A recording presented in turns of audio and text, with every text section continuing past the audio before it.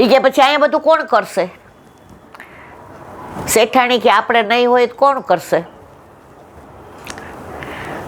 એ કે એક દી જઈ આવજા. શેઠાણીને ખબર હતી કે 2 દીનું કહીશ ત્યારે માંડ એક દી જવા દેશે. શેઠાણીએ કીધું કે જો આ ચા છે ને મંજુબેન બનાવશે અને રસોઈ છે ને એ રંભાબા આવવાના છે એટલે એ બનાવીને જશે. શેઠે કીધું સારું. હવે સવારે ગયા તો મંજુબેન ન આવ્યા, રંભાબેન ન આવ્યા. શેઠે જાતે બનાવી કે લે આવી ચા તો કોઈ, આ તો પાણી નાખતી હતી, આપણે તો આજ પાણી વિના નહીં, મસ્ત દૂધવાળી, એકલા દૂધ નહીં. આપણા ઘરવાળા આપણે ન હોય તે જ કરતા હોય. એ કે મસ્ત બની, અંદર એ તજ ને લવિંગ ને આદુ ને ફુદીનો ને લીલી ચા ને ઇલાયચી ને. હા, શેઠ કે વાહ.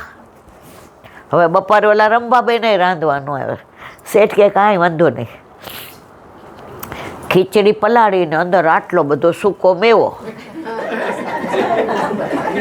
આપણે તો ઓલા વટાણાય નાખીએ ને બટેકાય નાખીએ, સૂકો મેવો તો આટલો જ નાખીએ. આટલી ખીચડી ને આટલો સૂકો મેવો મસ્ત ચોખ્ખા ઘીમાં વઘાવી, તજ ને લવિંગ ને તામ્રપત્ર ને અને દહીં તો શેઠાણી મૂકીને ગયા હતા. એ ક્યાં શેઠાણી લોભણી, આપણે તો 2 દી કીધું હોત તો આટલો મજા પડી જાત. રોજ આવું બધું આપણે જાતે બનાવત. સાંજે શેઠાણી આવી ગયા. એ કે કાં રોકાવું તો નહીં? કે તમે તો 1 દીનું કીધું હતું. એ કે મંજુબેન ચા કરવા આવ્યા હતા? એ તારા મંજુબેન ન આવ્યા, રંભાબેન ન આવ્યા. એ કે હાય હાય તો ભૂખ્યા રહ્યા છો, ચા પીધી, ખાધું કાંઈ? હા, તમને તો કાંઈ નથી આવડતું. અરે આખો દી આ મારા વિના શું થાત? એ કે તું નહોતી તો બધું બહુ સારું થયું. એ કે તો મારા વાલા, આપણે બધા ચિંતા કરીએ છીએ કે હું નહીં હોઉં તો આ ઘરનું શું થશે? આપણા કરતાં વધુ સારું ચાલશે. આપણે બધા દેહની ચિંતા કરીએ છીએ, દેહના સંબંધોની, દેહની વસ્તુની, પણ આત્માની ચિંતા નથી કરતા કે જે પરમાત્મામાંથી હું છૂટો પડ્યો છું, એ જ્યારે આત્મા ત્યાં જશે તો પરમાત્માને શરમ આવે એવું જીવીને નથી જવું મારા વાલા. એને આમ ભેટવાનું મન થઈ જાય કે તારી રાહ જોતો હતો. અને આપણું કાયમી સરનામું એ જ છે. ગયા ભાવ કોણ હતા ખબર તમને બધાને? મને નથી ખબર. તમને ખબર છે? ના હોય તો મારી લાગવગ લગાડજો. એમ આવતા જન્મે શું તમને બધાને ખબર છે? છતાંય હવે આમાં કોઈને 60 થયા હશે ને કોઈને 55 ને કોઈને 65 ને કોઈને 70. એક ક્ષણની ખબર નથી. છતાંય પણ અત્યારે આપણે ભગવાનનું નામ કેટલું લઈએ છીએ. જેવી સેવા પહોંચીએ એટલે ફોન કરીને, તારી મમ્મી ક્યાં ગઈ? દીકરીને ફોન કરીએ, આજ સવારની બટા તું મને એટલી યાદ આવતી હતી ને બોલા દાળ ઢોકળી કરી હતી ને એટલે મારે ગળે નહોતી. તને દાળ ઢોકળી બહુ ભાવે ને. એના કરતાં એ જ વસ્તુ દીકરીને કહીએ, સવારે કર્યું તું બેટા યમનાષ્ટક? એનું યાદ આવ્યું ને આપણું યમુનાજી કેવો મને તો યાદ કરે છે પણ સામેવાળા નહીં કરાવે છે. મને ખબર છે બેટા તારથી સેવાજી ન થાય, તારા છોકરા નાના છે, પણ માળા કરી હતી અષ્ટાક્ષર નહીં. કોઈ દિવસ દીકરીને આવું નહીં પૂછીએ. દીકરો જુદો હશે તો નહીં પૂછીએ, એવા 1%. બાકી આ જ બધું તાર ભાભી કેમ રાખે છે ને હું જ જાણું, હું જ રહી શકું. આ બધું ભેગું નહીં આવે. વાત શેઠની કરતા હતા. શેઠે કીધું આજે ચા પીધી ને એવી રોજ બનાવજે. હવે એ કે કેમ? હું કેવી બનાવું? એ કે અડધું પાણી ને અડધું દૂધ, એકલા દૂધ નહીં. અને આવી ખીચડી બનાવજે જો સવારની થોડી છે. શેઠાણી કે અરર આખો ડબ્બો ખાલી કરી નાખો. શું કામ એવાનો? આ તમને તો એકલા રેઢા મુકાય જ નહીં.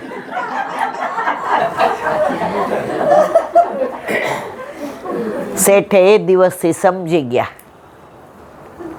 કે હું શેઠાણી નહોતા તોય રંભાબેને ન આવ્યા ને મંજુબેન ન આવ્યા તોય હું તો મસ્ત રહ્યો, એમ હું નહીં હોઉં ને તો 8મી પેઢી હું આ કાલ આય બધા મારા કરતાં સારી રીતે રહેશે.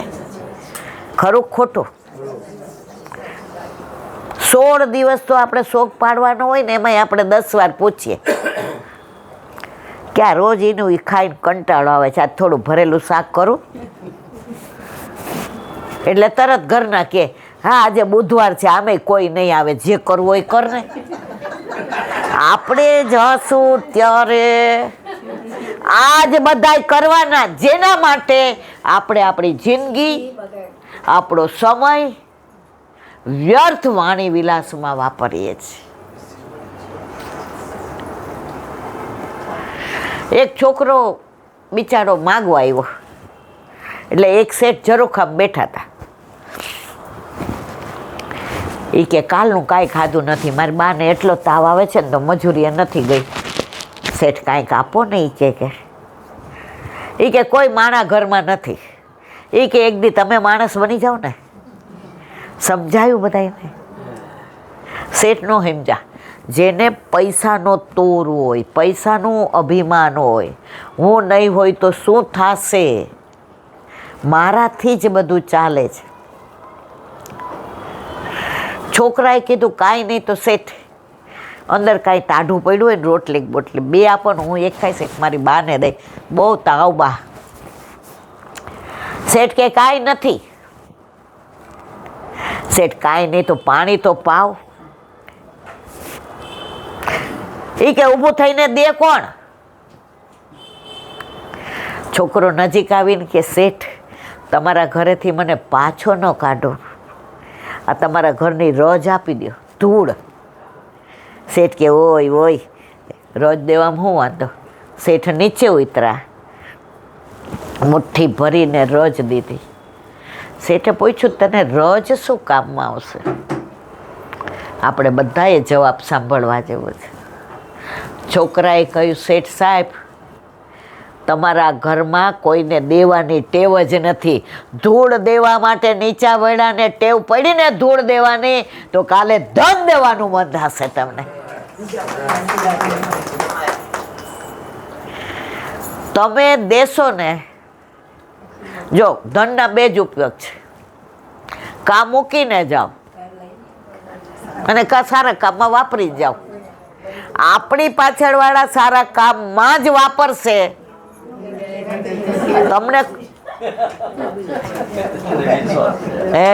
તમને વિશ્વાસ છે. આપણા હાથે જ્યારે સારો વિચાર આવે ને, તમને એક નાની વાત કરું, કાલની છે. કાલે સત્સંગમાં અમે 10મ સ્કંદ વાંચીએ છીએ, મને બહુ ગમે છે, જીજીનો, ઇન્દિરા બાટેજર.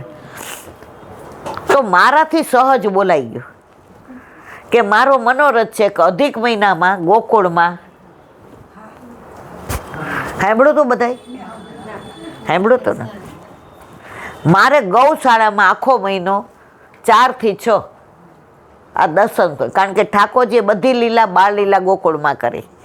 ગાયો ગોકુળની, બછડા ગોકુળના, યમુનાજી, ગોવિંદ ઘાટ ને ઠકરાણી ઘાટ ને આપણે શું કહેવાય જશોદા ઘાટ, બધું છોકર બધું ઠાકોરજીએ ત્યાં કર્યું. તો મેં કીધું આ બાળ એટલે અમર શું, કોઈ પણ જાતના ઈરાદા વિના સહજ બોલાઈ ગયું.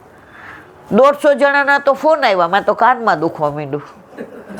એ કે અમારે આવું છે, અમારે આવું છે. એમાં એક ભાઈ બોમ્બેના કેટલા બધા ભગવદીય, એ કે બધી વ્યવસ્થા હું કરીશ, અમારા અહીંથી જ એટલા ભેગા થઈ ગયા છે. મેં તો મારા વાલા આખી વાત સાંભળો, મારા બસની વાત નથી, બધા 1000 માણસ આવે. મેં તો મસ્ત સહજ વાત કરી કે મારે આખો અધિક મહિનો ગોકુળવાસ, જો મહારાણી માં કૃપા કરે મારા. અને 10મ સ્કંદ પાછું મેં નામ લીધું, હું તો રતન્યો, મારો ઘરવાળો હું, મારા ઠાકોરજીના રીમા.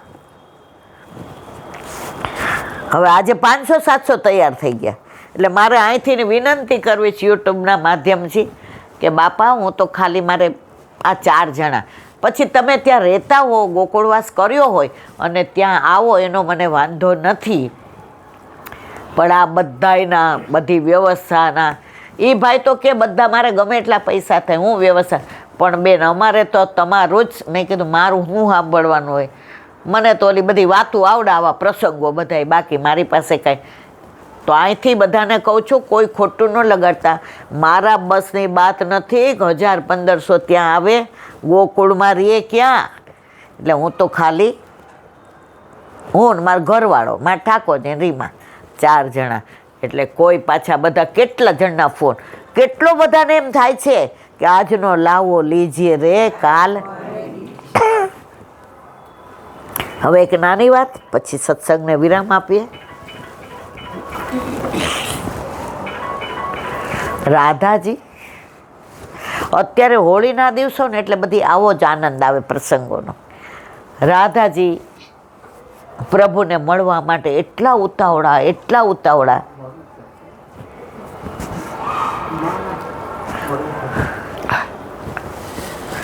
તો રસ્તામાં વૃષભાનજી મિલા बरसाना, बेटिया आज कितनी बढ़िया लगे, कहाँ जा रही हो? राधाजी मुंजाई गया. એ કે લલિતાજીને ઘરે, આપણે બધા બેનપણીનું જ નામ દઈએ.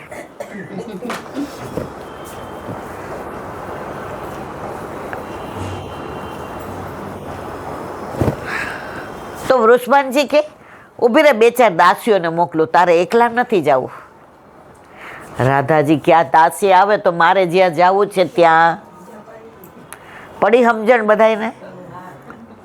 1 મિનિટ, હમણાં મારું બધું ખંડિત થઈ જાય, છેલ્લે લ્યો, આખી મારી લીલા જ ખંડિત થઈ જાય, છેલ્લે બધાનું લઈ જાય. તો દાસીને બોલાવી 3-4 ને, બીટિયા કે સંગ ચલો. રાધાજી કે જ્યાં જવું છે, જો આપણે કોલેજમાં પહેલા દિવસે જઈએ ત્યારે આપણા પપ્પાને કહીએ, પહેલાં આપણા જમાનામાં, અત્યારની કાંઈ વાત જ નથી કરતી, અત્યારે મારે કાંઈ કહેવું નહીં, બધાને જા કરીને જય શ્રી કૃષ્ણ. તો આપણને મૂકવા આવે, મને મારા કાકા એટલે કે પપ્પા મૂકવા આવ્યા હતા.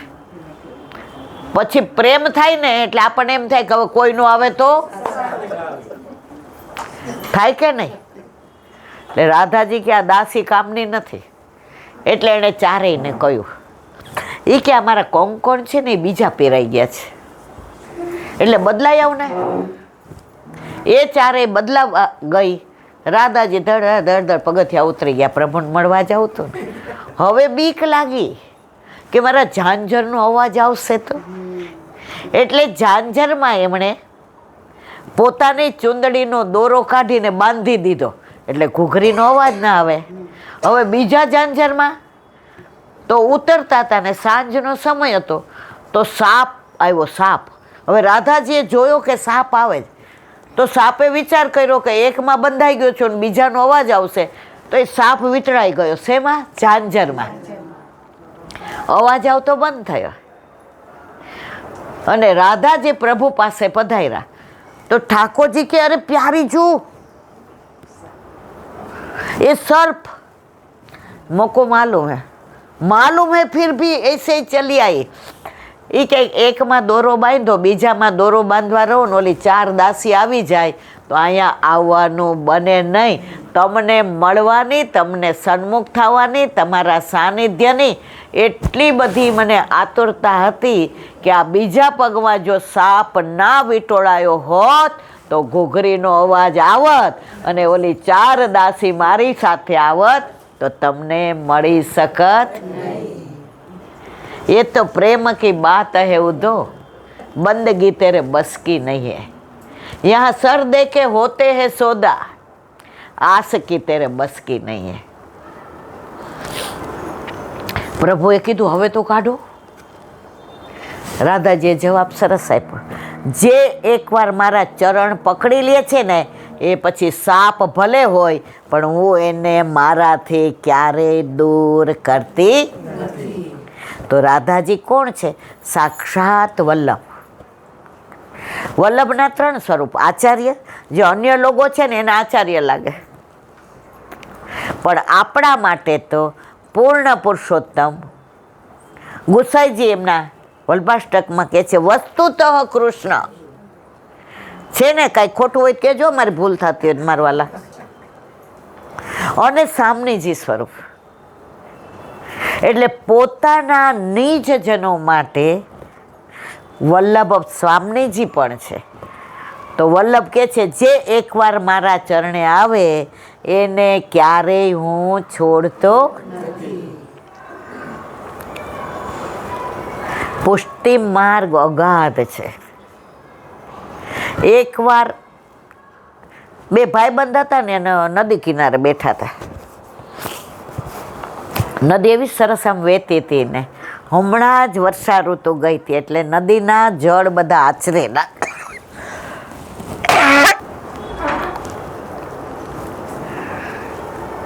તો બે ભાઈબંધ બેઠા હતા. હવે બે છે ને આખો દિવસ કામ કરે એટલે સાંજે મળે તો ઓલો જે સોની ભાઈબંધ હતો ને એને તરતા આવડતું હતું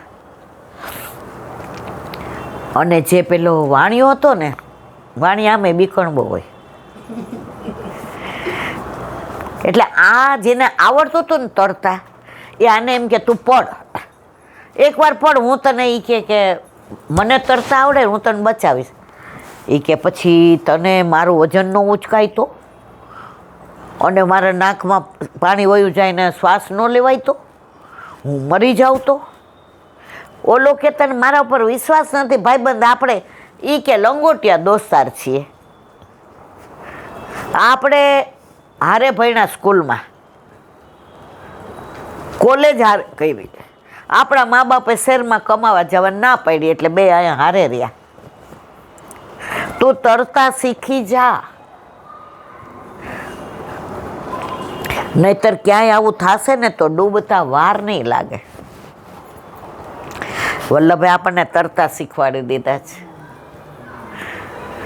હવે ઓલો રોજ એ કે આ તરંગ થોડાક ઓછા થવા દે ને, પછી કે ઉનાળો આવવા દે ને એટલે આ પાણી થોડું ઓછું થઈ જાય ને કે નદીમાં એટલે પડીશ. વળી ઉનાળો આવ્યો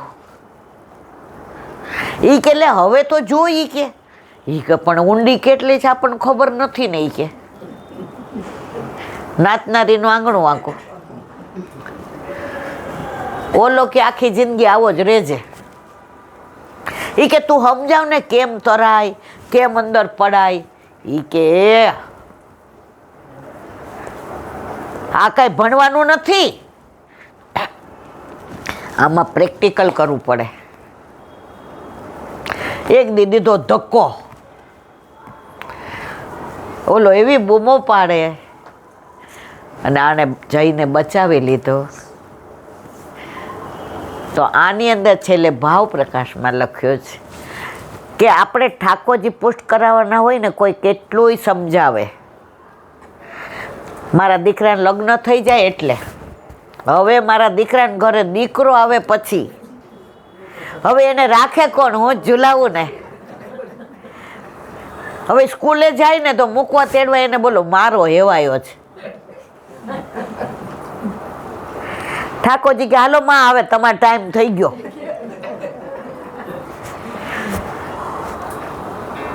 આજ સવારે એક બેન હસારવા મળ્યા, 10 મિનિટ સુધી મારી યાર બધી ચર્ચા કરી. એટલે મને કે હું એટલી સરસ સેવા કરું છું ને, માર તો ઉકાળેલું દૂધ હોય ને અંદર ઈ કે બદામ પીસતા હોય ને, હું તો ઠાકોરજીની કે ચાંદીની ઘંટી આમ એટલું. પછી મેં કીધું તમે કહેવા શું માગો છો એ મને કહો.